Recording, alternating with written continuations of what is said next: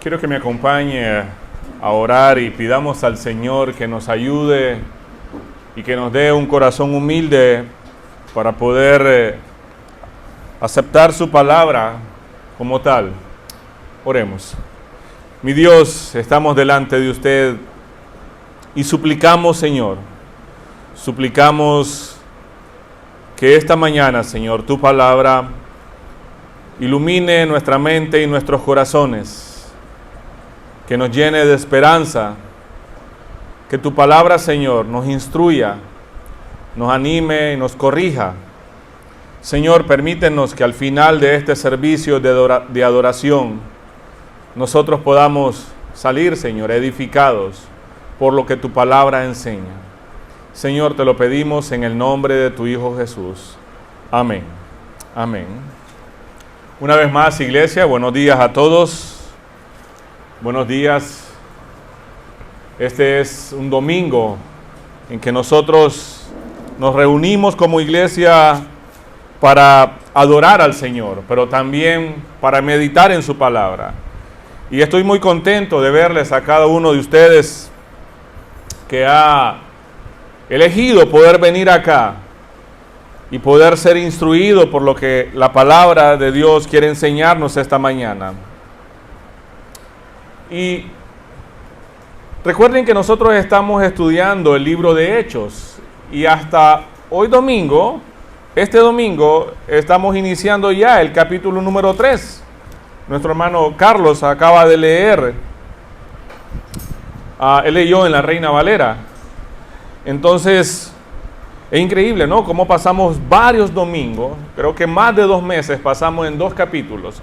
Y no tenemos prisa para ir apurados, vamos a ir poco a poco, verso a verso, para ver qué nos quiere enseñar el Señor en su palabra. Y, por supuesto, el contexto de este pasaje, el Señor Jesús ya ha ascendido. Y 50 días después, sucede lo de Pentecostés. Y vemos la predicación de Pedro y vemos que muchos se arrepintieron y los que se arrepintieron fueron bautizados y los que fueron bautizados, los que creyeron y fueron bautizados, fueron añadidos a la iglesia ese día como 3,000. Bueno, ese es el contexto. Después sucede que los apóstoles, en este caso Pedro y Juan, cierto día estaban caminando hacia el templo, dice, a la hora de la oración. Entonces, mire, el Señor Jesús sabía la responsabilidad que le estaba dejando a sus discípulos. Les dejó una gran comisión. Él sabía que las enseñanzas que ellos darían al resto del pueblo necesitaban ser acreditadas o autenticadas por las obras que ellos hacían también. De hecho, en el primer capítulo de Hechos 1:8, el Señor Jesús dice, recibirán poder cuando venga sobre ustedes el Espíritu Santo y me serán testigos en muchos lugares, ¿no? Entonces, los discípulos, en el mismo capítulo número 2, vemos a Pedro ya predicando con valentía, con convicción. Y en esta ocasión, ya en el capítulo número 3, nosotros miramos a Pedro haciendo algo que es sobrenatural. Entonces el Señor Jesús sabía que las enseñanzas que sus discípulos iban a dar necesitarían autentificación o ser acreditadas por las obras. Bueno, Jesús mismo dijo en Juan 10:25, la Reina Valera dice, las obras que yo hago en nombre de mi Padre, ellas dan testimonio de mí. ¿Quién da testimonio de Jesús? Las obras que él hacía. También dijo, no me crean a menos que lleve a cabo las obras de mi Padre. Pero si hago su trabajo, entonces crean en las obras milagrosas que he hecho. Aunque no me crean a mí, entonces sabrán y entenderán que el Padre está en mí y yo estoy en el Padre. ¿Por qué? Por las obras que hacía el Señor Jesús. Bueno, en cierta ocasión, el Señor mismo retó a un hombre llamado Felipe, a uno de sus discípulos, Le dice, Felipe, he estado con ustedes todo este tiempo y todavía no sabes quién soy. Los que me han visto a mí, han visto al Padre. Entonces, ¿cómo me pides que les muestres al Padre? ¿Acaso no crees que yo estoy en el Padre y el Padre está en mí? Las palabras que yo digo no son mías, sino que mi Padre, quien vive en mí, hace su obra por medio de mí. Solo crean que yo estoy en el Padre y el Padre está en mí. O al menos crean por las obras que me han visto hacer. Una vez más, mínimo común, las obras, ¿no? Ese es el común denominador acá. Las obras que él hacía autentificaban o acreditaban lo que él decía, lo que él enseñaba. Y este es el punto. Las obras que Jesús hacía validaban su enseñanza. Validaban su enseñanza. Entonces, era necesario que ahora en esta gran comisión, en esta nueva etapa de los discípulos, ellos necesitaban hacer obras también para validar las enseñanzas que ellos daban. Y eso es lo que nosotros vemos en el capítulo número 3 de Hechos. Bueno, el contexto, el pasaje que acaba de leer nuestro hermano Carlos, dice que el texto narra la continuación del ministerio de Jesús por parte de los apóstoles acá, por parte de sus discípulos. Eso, por supuesto, después de la resurrección. Jesús ya no estaba en la tierra. Ya había llegado el Espíritu Santo. La promesa del Espíritu Santo ya se había cumplido el día de Pentecostés. Entonces, este pasaje narra el primer milagro, por así decirlo, realizado por Pedro y por Juan, después de Pentecostés.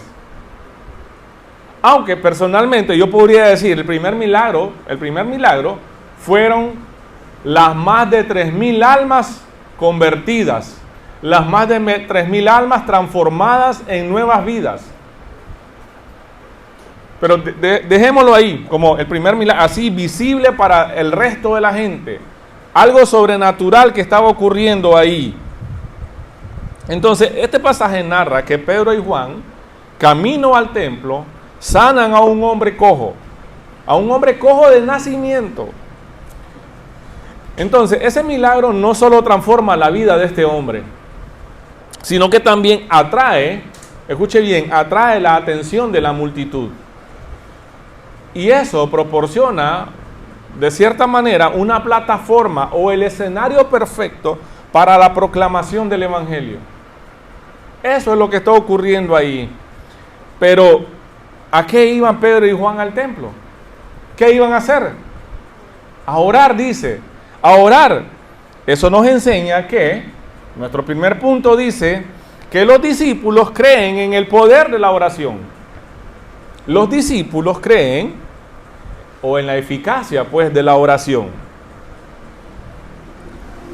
Dice el versículo número 1, cierta tarde, Pedro y Juan fueron al templo para participar en el servicio de oración de las 3 de la tarde, o la hora novena, como dice la Reina Valera. Bueno, los evangelios y hechos revelan que Pedro y Juan estaban bastante asociados, eran bastante cercanos. Según Lucas, capítulo 5, Pedro y Juan también eran compañeros de pesca. Cuando Jesús les dijo, ahora vas a ser pescadores de hombres, estaban ahí, eran socios del negocio de la pesca.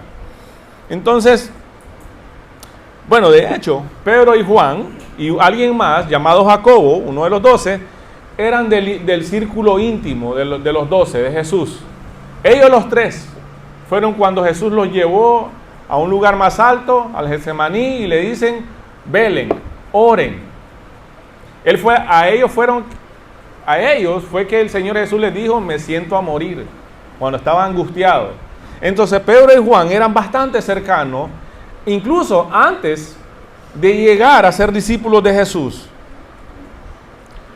Pedro y Juan fueron los únicos que siguieron a Jesús hasta la casa del sumo sacerdote cuando fue arrestado. Eso está en Juan 18:15. Pero también Pedro y Juan fueron los primeros discípulos en visitar la tumba después de la resurrección. Interesante, ¿no? Eso está en Juan 20. Por eso es que en los primeros capítulos de este libro de Hechos, nosotros encontramos viajando a Pedro y a Juan juntos, predicando juntos. Eso está en el capítulo 13, en el capítulo 4 de Hechos, en el capítulo 19 y lo miramos acá en el capítulo número 3. Interesante, ¿no? Para ellos era parte de su vida subir al templo. Quedaba en alto. Queda en alto, pues, lo que queda del templo. Las planadas, donde queda el muro de los lamentos, algo muy famoso. El lugar más sagrado para los judíos.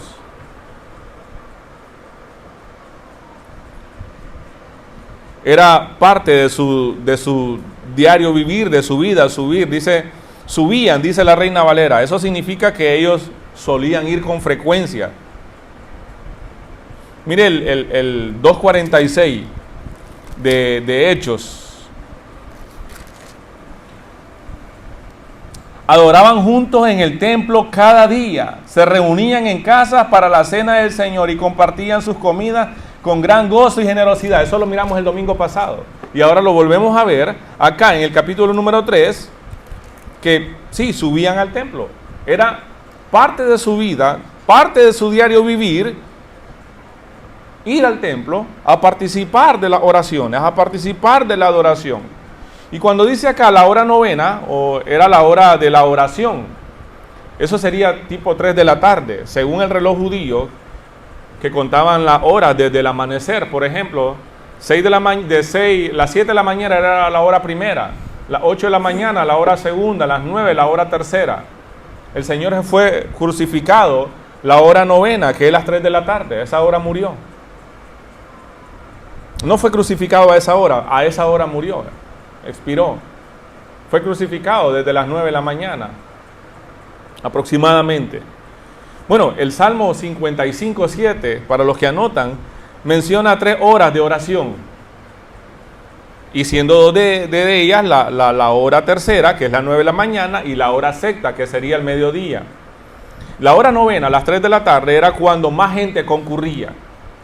¿Por qué estoy diciendo todo esto? Es importante, miren qué importante.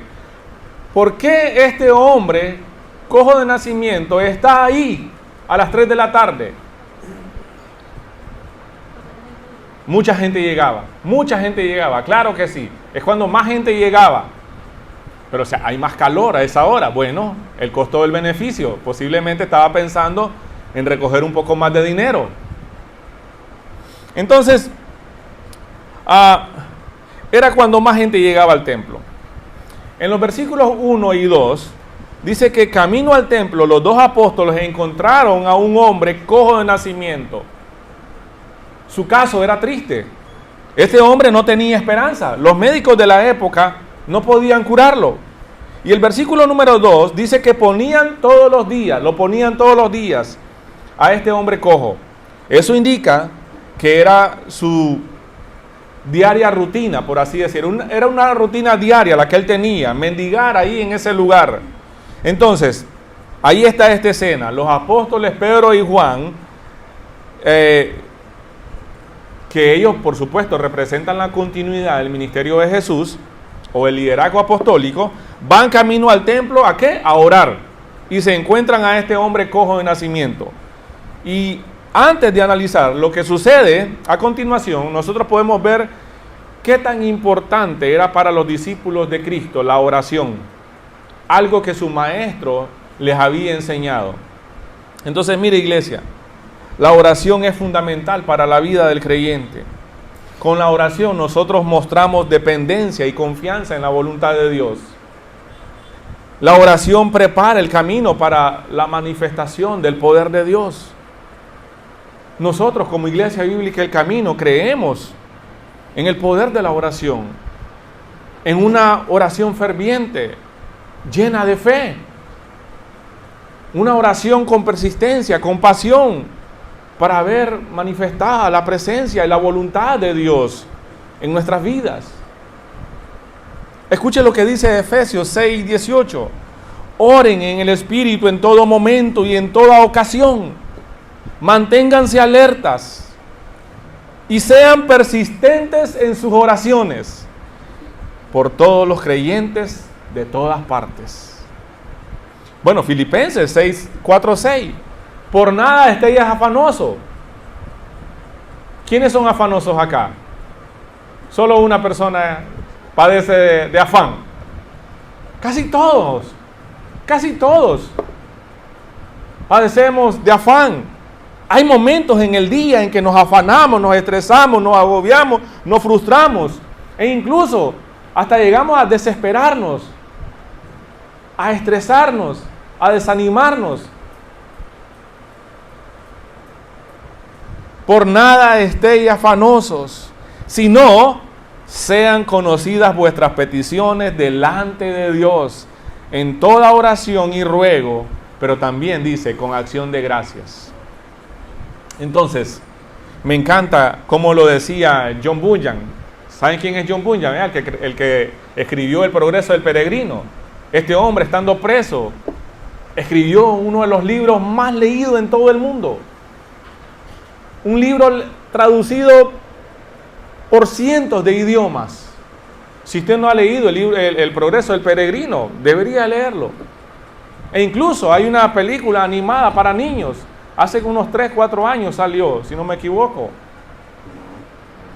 Dice, él decía de esta manera: orar es derramar de modo sincero y consciente y afectuoso el corazón o el alma ante Dios por medio de Cristo, en el poder y la ayuda del Espíritu Santo, buscando las cosas que Dios ha prometido o que son conforme su palabra para bien de la iglesia, con fiel sumisión a su voluntad. Así describía John Bunyan la oración. Entonces, los creyentes oramos porque es un mandato de Dios. Eso está en 1 Tesalonicenses 5:17. Los creyentes oramos porque seguimos el ejemplo de Cristo. ¿Qué significa ser cristiano? ¿Ser un seguidor de Cristo, sí o no? Vivir como Él vivió, en obediencia, en devoción, en amor, con gratitud. Bueno, los creyentes oramos porque seguimos el ejemplo de Jesús. Pero la oración no es solo un rito, no solo es algo ritual. La oración es una poderosa herramienta de gracia para mantenernos en comunión con Dios y alinearnos a su voluntad. Pedro y Juan, a pesar de su posición y su ocupación, se dedicaban a la oración, y eso muestra su dependencia constante de Dios. Sí. Estoy seguro que muchos de ustedes tienen una experiencia personal donde la oración hizo la diferencia, ¿sí o no? Estoy seguro de eso. En mi familia tenemos momentos donde la oración ha marcado la diferencia. Dios ha sanado enfermedades, Dios ha proveído recursos económicos para nuestra familia de una manera increíble, de una manera milagrosa. Estoy seguro que ustedes también tienen un testimonio donde la oración ha marcado la diferencia. Uno de los ejemplos que puedo dar, el mismo Señor Jesús oraba regularmente. Con la oración, nuestro Señor Jesús demostraba la importancia de la oración. Nos daba el ejemplo a nosotros. Marcos 1:35, Lucas 5:16, vemos nosotros a Jesús orando. Hermanos, usted y yo necesitamos dedicar tiempo a la oración diariamente. No me imagino un creyente que no ora diario. No somos legalistas en esta iglesia, pero no concibo un creyente que no ora por los alimentos que Dios pone en la mesa de su hogar.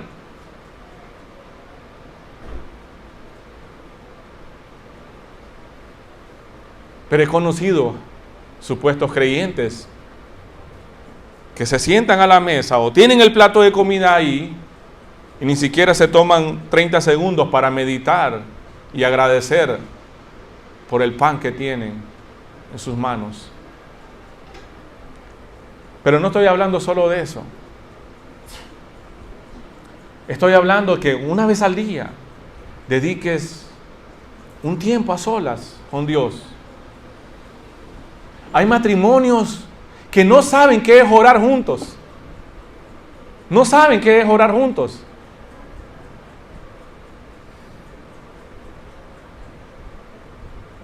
Pero un matrimonio que ora junto es un matrimonio fuerte. Es un matrimonio que le da honra al Señor. Es un matrimonio que reconoce el señorío y la dependencia en Dios. Pedro y Juan, la Biblia dice que los creyentes se dedicaban a la enseñanza de los apóstoles. Por supuesto que los apóstoles también se dedicaban a enseñar a los creyentes, pero también vemos a Pedro y a Juan apartando un tiempo para ir, ¿dónde? Al tiempo de oración. Al tiempo de oración. Eso nos enseña a nosotros la importancia, lo elemental, lo esencial que es la oración en la vida del creyente. Si usted no ora y dice que es creyente, deje de decir que es un creyente. Pero hermanos, no estoy aquí para condenarlo, estoy diciéndole que usted es privilegiado por este medio de gracia que Dios nos ha dado, la oración. Úsela, aprópiese. A través de la oración nosotros venimos delante de Dios a poner nuestras súplicas, agradecimientos, alabanzas, donde venimos a derramar nuestros corazones, donde encontramos fortaleza también. Los discípulos también ponen la compasión en acción. Mire lo que dice el versículo 2 al 5. Mientras se acercaban al templo, llevaban cargando a un hombre cojo de nacimiento. Todos los días lo ponían junto a la puerta del templo, la que se llama Hermosa, para que pidiera limosna a la gente que entraba. Cuando el hombre vio a Pedro y a Juan que estaban por entrar, les pidió dinero. Pedro y Juan lo miraron fijamente y Pedro le dijo: míranos. El hombre lisiado los miró ansiosamente, esperando recibir un poco de dinero. Desde el versículo número 2 nosotros vemos que este hombre es cojo de nacimiento, ¿no? Le ayudaban a ubicarse en una de las puertas del templo. La puerta, la Hermosa, era una de las puertas principales del templo. Según el historiador Josefo, esta puerta era de bronce y se necesitaban 20 hombres para poder abrirla o cerrarla. Era un poco pequeña, ¿verdad? Era un poco pequeña. Entonces, según el comentario del pastor John MacArthur de este libro, dice que los mendigos escogían 3 ubicaciones para pedir. Bueno, la casa de los ricos, ¿verdad? Por supuesto, ahí hay recursos, decían estas personas necesitadas. Los caminos principales, por supuesto, porque ahí concurría mucha gente. Pero también otro lugar, el templo. 3 lugares que este tipo de personas necesitadas acudían o les ayudaban para poder pedir dinero. De estos 3 lugares, el templo era el mejor. ¿Por qué? No solo porque llegaba mucha gente ahí todos los días, sino porque llegaban también para impresionar su piedad. Para impresionar su piedad. Sí, claro que sí. Una manera de hacer eso era dando limosna a los pobres. Entonces, los pobres, los lisiados, las personas con menor recurso, con más necesidad, llegaban ahí, se ponían en fila a la orilla, esperando recibir algo de los piadosos. Entonces, el versículo número 3 dice que el hombre cojo estaba pidiendo dinero, como lo hacía habitualmente. El versículo número 4, Pedro quiere captar completamente la atención del hombre. Y en el versículo número 5, el hombre estuvo atento ahí o estaba ansioso a recibir dinero como de costumbre. Y este hombre estaba esperando ahí recibir de ellos algo. Y aquí vemos como una expectativa a una respuesta a lo material. Este hombre está atento, quiere recibir algo material. Está ansioso esperando porque cree que va a recibir algo material. Y no es así. Pero lo que nosotros vemos acá en Pedro y Juan, nos enseña algo estos discípulos. La compasión no es simplemente sentir pena o lástima por alguien, sino tomar medidas concretas para aliviar la necesidad. Pedro y Juan no ignoraron la necesidad de este hombre cojo, sino que respondieron a su necesidad. Por supuesto, de una manera que transformó su vida, la vida de este hombre. Les dio algo mucho mejor que unas cuantas monedas. Bueno, Mateo 9:36 narra que el Señor Jesús mostró compasión a la gente. Y al ver a las multitudes, tuvo compasión de ellas porque estaban desamparadas y dispersas como ovejas que no tienen pastor. Eso pasó en Mateo 9:36. En Primera de Juan 3:17 va más allá y nos hace un llamado no solo a sentir compasión por la necesidad de otros, nos llama a actuar. Mire lo que dice Primera de Juan 3:17. Si alguien tiene suficiente dinero para vivir bien y ve a un hermano en necesidad, pero no le muestra compasión, ¿cómo puede estar el amor de Dios en esta persona? Ustedes son inteligentes. Yo no necesito explicar esto. Ustedes son inteligentes. Muy inteligentes. Saben lo que esto significa.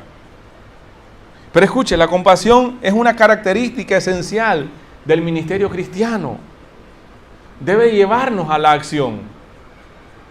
Debe caracterizar al cristiano, ser compasivo con los demás. Y esa compasión debe llevarnos a la acción. He hablado con algunos de ustedes en los grupos pequeños, algunos planes que tenemos, ¿verdad? Vamos a concretarlo, vamos a hacerlo. Es necesario. Necesitamos abrir nuestros ojos a las necesidades que nos rodean y actuar con compasión. No debemos ignorar las necesidades físicas y espirituales de los demás. A través de la acción de compasión reflejamos el amor de Cristo. Y no solo eso, también creamos las oportunidades para compartir el Evangelio. Más adelante vamos a ver lo que Pedro y Juan hacen. Este punto nos enseña a nosotros esta verdad, los versículos 2 al 5, nos enseña cómo la compasión te mueve a actuar, no solo sentir pesar por alguien que está pasando alguna necesidad. Si tengo los recursos para ayudar y no lo hago, ¿cómo puede estar el amor de Dios en esta persona? Dice Primera de Juan. Entonces no hay compasión en él. Otra de las cosas que los discípulos hacen es creer en el poder del nombre de Jesús. Mira el versículo número 6 al 8. Bueno, voy a leer el 5. El hombre lisiado los miró ansiosamente esperando recibir un poco de dinero. Pero le dijo: yo no tengo plata ni oro para ti, pero te daré lo que tengo. En el nombre de Jesucristo de Nazaret, levántate y camina. Entonces Pedro tomó al hombre lisiado de la mano derecha y lo ayudó a levantarse. Y mientras lo hacía, al instante los pies y los tobillos del hombre fueron sanados y fortalecidos. Se levantó de un salto, se puso de pie y comenzó a caminar. Luego entró al templo con ellos, caminando, saltando y alabando a Dios. El versículo número 5 dice que este hombre lisiado lo miró ansiosamente, ¿verdad? Esperando recibir algo, esperando recibir un poco de dinero. Pero el versículo número 6, Pedro le dijo: yo no tengo plata ni oro para ti. No tengo eso, pero te daré lo que tengo. En el nombre de Jesucristo de Nazaret, levántate y camina. Pedro dijo, no tengo plata ni oro, pero lo que tengo te doy. En el nombre de Jesucristo de Nazaret, levántate. Pedro acá aclara que no puede ofrecer riquezas materiales. No las puede ofrecer porque no tiene. Sin embargo, eso es precisamente lo que Satanás le ofreció al Señor Jesús para tentarlo. Y eso es precisamente lo que ofrece la teología de la prosperidad. No están enseñando a amar a Cristo, están enseñando a amar el dinero. Eso enseña la teología de la prosperidad. En el nombre de Jesús no es una fórmula mágica, que yo voy a decir, voy a pronunciar estas palabras y ya todo se va a hacer, todo se va a hacer realidad. No es eso lo que está enseñando este texto. Más bien es una expresión de su autoridad, de su poder. Pero no ofreció acá riquezas materiales, sino algo mucho más valioso. La sanidad y la restauración de este hombre. La restauración en el nombre de Jesús. Entonces, esta es la enseñanza acá en este punto. El nombre de Jesús tiene poder para sanar y transformar vidas. Eso es lo que nos está enseñando este texto acá. El nombre de Jesús tiene poder para sanar y transformar vidas. El mismo Señor dijo a sus discípulos, escuche bien, y todo lo que, la Reina Valera lo traduce de esta manera, y todo lo que pidiereis al Padre en mi nombre, lo haré para que el Padre sea glorificado en el Hijo. Si algo pidiereis en mi nombre, yo lo haré. Juan 14:13. Y la Nueva Traducción Viviente lo dice de esta manera, un poco más sencillo y más claro. Pueden pedir cualquier cosa en mi nombre, yo lo haré para que el Hijo le dé gloria al Padre. Es cierto, pídanme cualquier cosa en mi nombre y yo lo haré, dice. Esperen un segundo. ¿Puedo pedir cualquier cosa en el nombre de Jesús y se me hará realidad entonces? Sí, cualquier cosa que esté de acuerdo a su voluntad. Sí, cualquier cosa que esté de acuerdo a su voluntad. Significa en virtud del carácter, en virtud de la autoridad y en el poder de Cristo. Eso significa orar en el nombre de Jesús. No son palabras mágicas. Ese es el punto. Someto mi petición, someto mi oración a la voluntad y autoridad de Cristo. Ese es el punto de orar en el nombre de Jesús. No es algo mágico que ya va a suceder. No. Ahora, bueno, en 1 Juan 5, 14, 15, la NBI, la Nueva Versión Internacional, dice, y estamos seguros de que Él nos oye cada vez que le pidamos algo que le agrada. ¿Y cómo sabemos que Él nos oye cuando le hacemos nuestras peticiones? También sabemos que nos dará lo que le pedimos. Y estamos seguros de que Él nos oye cada vez que le pedimos algo que le agrada, algo según su voluntad. ¿Por qué en el nombre de Jesús? ¿Por qué hay que orar en el nombre de Jesús? ¿Por qué estos discípulos estaban así orando en el nombre de Jesús? Bueno, porque de Él y para Él son todas las cosas. Filipenses capítulo 2, versículo 9 al 10. Por lo cual Dios también le exaltó hasta lo sumo y le dio un nombre que está sobre todo nombre. La supremacía de Cristo está acá. Para que en el nombre de Jesús se doble toda rodilla. De los que están en los cielos y en la tierra y debajo de la tierra. O sea, todo queda bajo los pies de Jesús. Por eso se ora en el nombre de Jesús. Por eso. Porque la Biblia así lo dice. Pero mire qué interesante. Mire qué interesante los aspectos de este milagro. Fue inesperado. Pedro y Juan no esperaban. Este hombre que estaba lisiado de nacimiento, cojo, no esperaba recibir la sanidad. Fue algo inesperado. O sea, no se hizo campañas, no se hicieron maratónicas, No, y se hicieron masivas de milagros. No, no fue así. Pero también fue hecho en el nombre del Señor Jesucristo. Eso dice el versículo número 6. O sea, bajo la voluntad y la autoridad de Jesús. También fue algo instantáneo, dice el versículo número 7.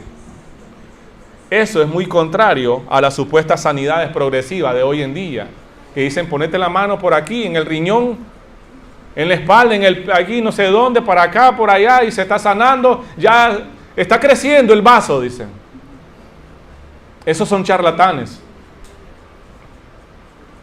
Esos son charlatanes. El milagro fue completo. El versículo número 8 nos dice que fue completo. El hombre cojo no se le enseñó a caminar. Fue un verdadero milagro. Dice que se puso de pie instantáneamente. Le ayudaron a ponerse de pie. ¿Y qué pasó? Comenzó a saltar y a alabar al Señor. No se fue a su casa a esperar que un riñón le creciera. No, fue instantáneo. Asimismo hacía milagro el Señor Jesús. Entonces los milagros realizados por Jesús y los apóstoles siempre fueron en su nombre, demostrando que el poder viene de Él, viene de Cristo. La fuente del poder y la autoridad de los apóstoles, ¿quién era? Jesús mismo, no eran ellos. Él los nombró, Él los comisionó, Él los capacitó, Él les dio el poder y la autoridad para que hicieran eso. No hay más apóstoles.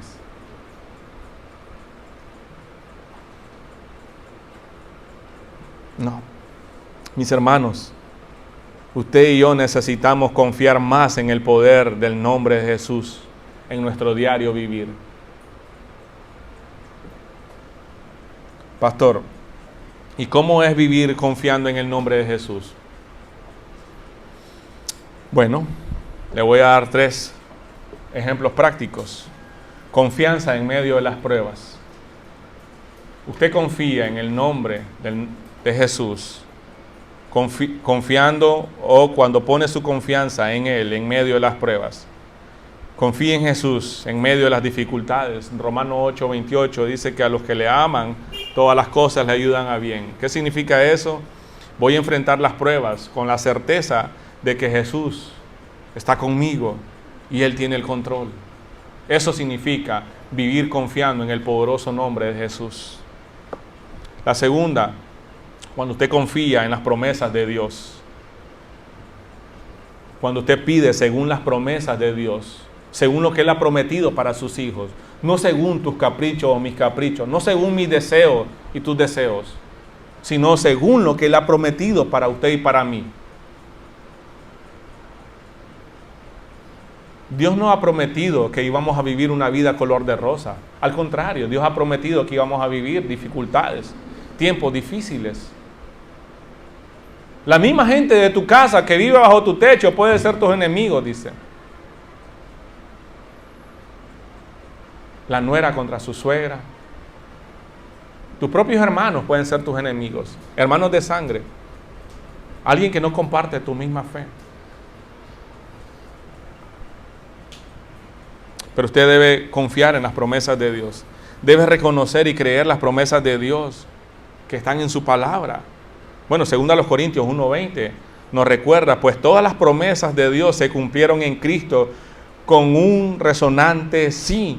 Y por medio de Cristo, nuestro amén, que significa sí, se eleva a Dios para su gloria. Él es fiel. Él cumple sus promesas.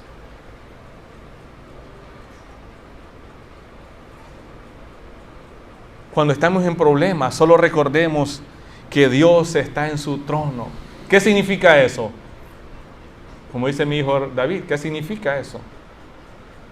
Que Él está reinando. Que Él tiene el control absoluto y total. Que Él es el soberano. No yo, no usted. Usted y yo no podemos controlar nada. Pero Él sí. Dios está en su trono. ¿Qué quiere decir eso? Que Él está gobernando. que Él está gobernando. Claro que sí. Otra cosa práctica que muestra que usted está confiando en el poderoso nombre de Jesús es una oración constante. Confíe en el nombre de Jesús en sus oraciones. Debemos orar en el nombre de Jesús creyendo que Él tiene el poder para intervenir en nuestras circunstancias. ¿Recuerdan Juan 4:14 o 14:13, perdón? Y todo lo que pidáis al Padre en mi nombre lo haré para que el Padre sea glorificado en el Hijo. Sí, si algo pidiereis en mi nombre, yo lo haré. Siempre necesitamos someter nuestras peticiones, nuestros deseos a su voluntad. Pero ahora está de moda. Bueno, en las redes sociales usted va a encontrar cosas buenas y cosas malas. Por eso es necesario a veces hacer una pausa de las redes sociales. Es necesario. Usted va a encontrar ahora un montón de gente. No, Señor, no acepto un no.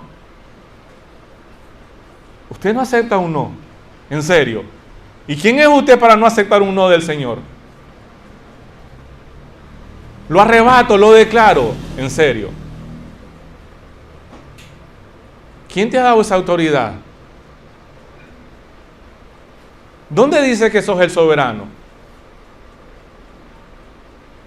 Y entonces necesitamos recordarnos cómo el Señor tuvo una pequeña conversación con Job.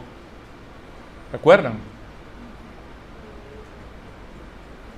Job salió humillado, muy humillado. Iglesia,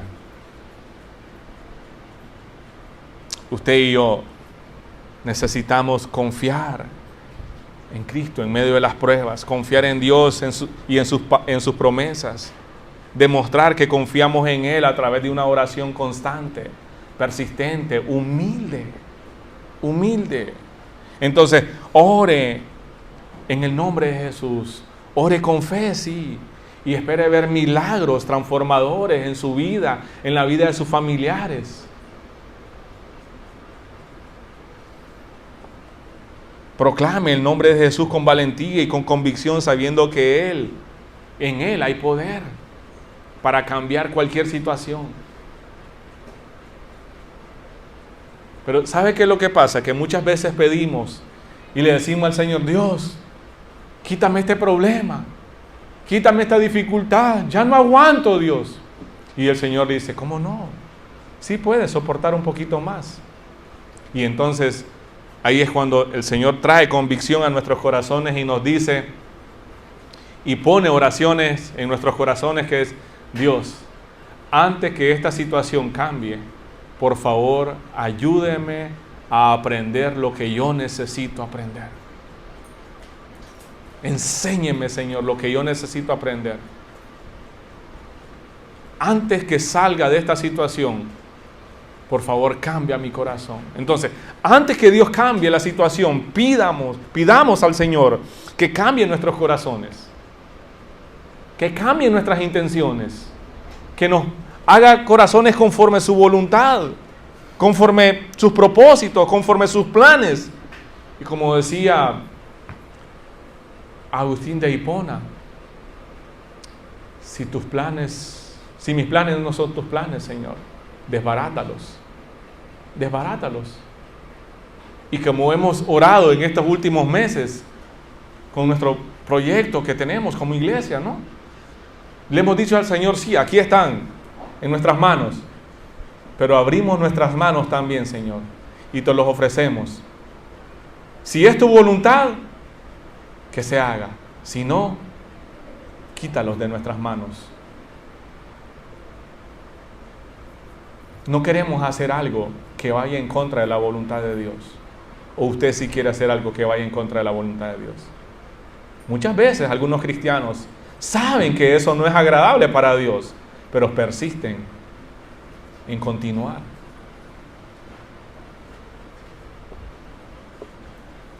Miren, no se trata de oraciones arrogantes, no se trata de oraciones caprichosas, sino de oraciones humildes, pero oraciones llenas de fe, llenas de confianza en el carácter de nuestro Señor Jesucristo. De eso se trata las oraciones. Eso es vivir creyendo en el poder del Señor Jesús. Eso es vivir creyendo en el poder del Señor Jesús. No solo voy a decir, en el nombre de Jesús manda fuego, en el nombre de Jesús sé sano. Hasta parecen brujos ya, parecen curanderos. Eso no enseña la Biblia. Hay un propósito por el cual los apóstoles tenían esa autoridad y ese poder, y era validar el mensaje. Eso nos dice el último punto. El poder y la autoridad de los discípulos sirvió de testimonio público. Versículo 9 al 11. Toda la gente lo vio caminar. ¿A quién? Al hombre que era cojo de nacimiento. Y lo oyó adorar a Dios. Toda la gente, cuando se dieron cuenta de que él era el mendigo cojo que muchas veces habían visto junto a la puerta hermosa, quedaron totalmente sorprendidos, llenos de asombro. Salieron todos corriendo hacia el pórtico de Salomón, donde estaba el hombre sujetando fuertemente a Pedro y a Juan.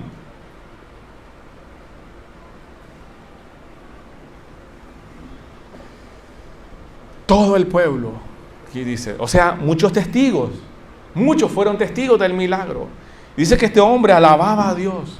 Eso estaba dando testimonio público de la obra de Dios en su vida, del milagro de Dios en su vida. El versículo número 10 dice que la gente lo reconocía. ¿Qué quiere decir esto? Había confirmación que era un verdadero milagro, que lo que estaba pasando era un verdadero milagro. El cambio en el hombre fue real. Y dice que la gente se asombraba.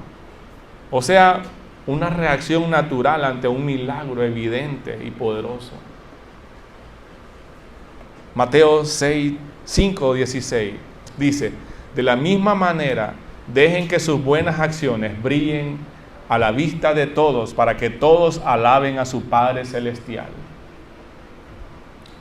Este hombre, con su actuar, por supuesto, no era algo light, liviano lo que acaba de pasar. Comenzó a alabar al Señor. Comenzó de cierta forma a testificar públicamente la obra de Dios en su vida. Entonces, de la misma manera, dejen que sus buenas acciones brillen a la vista de todos, para que todos alaben a Dios. Bueno, el milagro fue público. Pero recibirán poder cuando el Espíritu Santo descienda sobre ustedes y serán mis testigos y hablarán a la gente acerca de mí en todas partes, en Jerusalén, por toda Judea, en Samaria y hasta los lugares más lejanos de la tierra. Eso les había prometido el Señor Jesús en el capítulo número 1, versículo número 8 de este mismo libro. Y ahora en el capítulo número 3 nosotros estamos viendo ya. ¿Se dan cuenta? El milagro de una vida transformada produce oportunidades para la predicación del Evangelio. Eso es lo que está pasando acá. Un buen ejemplo de eso es el testimonio de Pablo, cuando habló con el rey Agripa. Pablo mostró el poder transformador de Cristo en su vida. ¿Cómo? Dando testimonio personal para captar a otros, para impactar a otros. Pastor, pero mi testimonio no es el Evangelio, ¿verdad? Sí, por supuesto que sí, eso es correcto. Tu testimonio no es el Evangelio. No les estoy diciendo que vayan por las calles hablando con todo el mundo de su testimonio o contándole su testimonio.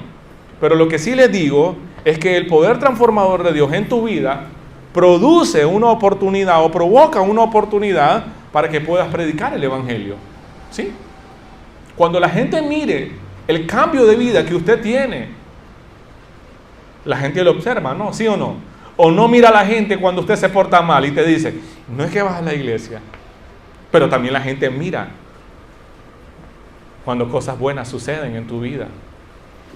Ahí está la oportunidad para testificar del poder transformador que Cristo ha hecho en tu vida.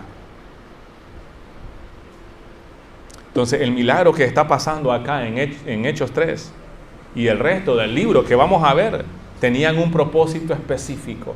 Escuche bien, un propósito específico. validar, autenticar el poder y la autoridad dada a Jesús, dada por Jesús a los apóstoles. Entonces, la atención no era simplemente para exaltarles a ellos mismos. No.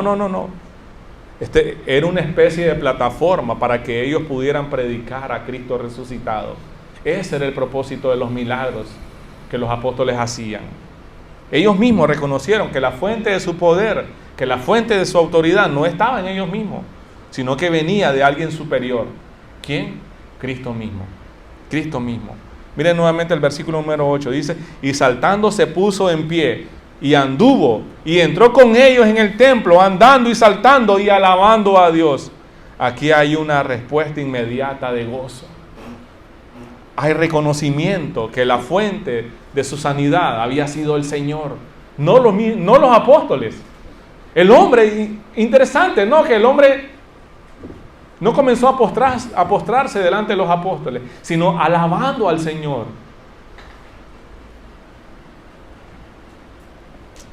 Cuando tu tita, los muchachos, cuando la tita, la abuelita, no sé si les pasó a ustedes, pero tal vez la abuelita llegaba uno de visita donde la abuelita y la abuelita le daba ahí unos 20 pesitos escondiditos ahí y uno amaba más a la abuelita, ¿sí o no? Por supuesto, sí, eso es natural. Pero cuando venimos a Cristo reconocemos que el dador de todo lo bueno, ¿quién es? Dios usó a nuestra abuelita para bendecirnos. Así es.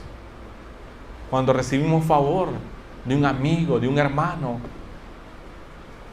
la fuente es Dios, es Dios. Estamos terminando y solo quiero concluir con esto. El pasaje de hoy nos enseña varias lecciones. Primero, cómo el poder de Dios se manifiesta a través de la oración. Segundo, la compasión debe ser seguida de la acción. Sí, debe haber acción. Si hay compasión, debe llevarnos a la acción. Y la oportunidad de proclamar el poderoso nombre de Jesús. Entonces, pudimos ver que el propósito era validar los milagros, esto que estaban haciendo los apóstoles, era validar la autoridad apostólica. El milagro realizado por Pedro y Juan valida su autoridad como apóstoles y confirma que ellos continuaban o estaban continuando el ministerio de Jesús con el poder del Espíritu Santo. También era demostrar el poder del nombre de Jesús. El milagro muestra que el nombre de Jesús tiene poder para sanar y para transformar vidas. Pero también ilustra la misericordia y la compasión del ministerio cristiano. Los cristianos debemos caracterizarnos por tener compasión, pero no solo tener o sentir compasión, sino que eso nos lleve a la acción. Entonces, el acto de sanar a un hombre cojo de nacimiento, que dependía de la limosna de quien le daba, demuestra la compasión y la misericordia que caracteriza a los cristianos también. Entonces, principalmente este pasaje tiene el propósito de evidenciar la autoridad y el poder del nombre de Jesús. ¿A través de qué? Del ministerio de los apóstoles. Eso, sencillo. Entonces nos enseña cómo los apóstoles continuaron ese trabajo de Jesús en el mundo. Ellos estaban cumpliendo la gran comisión. Aplicación para nosotros, amada iglesia. Por favor, vayan a Efesios 3:20. Efesios 3:20. Y ahora que toda la gloria sea para Dios. El hombre cojo, al final, entró al templo alabando al Señor, dándole la gloria a Dios. Quien puede lograr mucho más de lo que pudiéramos pedir o incluso imaginar. Sí, Dios puede hacer milagros. Mediante su gran poder que actúa en nosotros. El Espíritu de Dios mora en nosotros. Mora en nosotros, claro que sí. Entonces, todas las cosas deben apuntar a la gloria de Dios. Nosotros creemos en el Soli Deo Gloria, una de las 5 solas.